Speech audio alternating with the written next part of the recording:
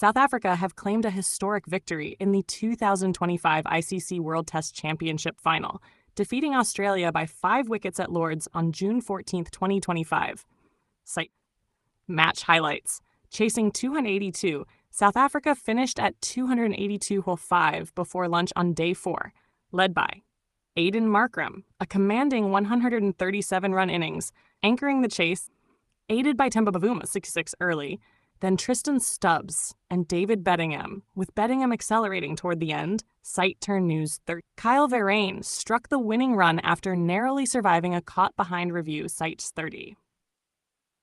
Earlier in the match, South Africa were bundled out for 138 in their first innings, trailing by 74 after Australia's 212 sight turn. A turning point came on day 3, when the pitch eased and Markram and Bavuma added a crucial 143-run stand, leaving just 69 runs to win Saudi. Historical significance.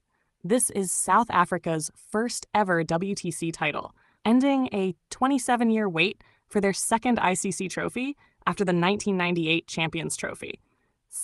Their victory also dismantles the lingering narrative of being chokers on the world stage. Site Turn, they joined New Zealand 2021 and Australia 2023 as the only WTC champions.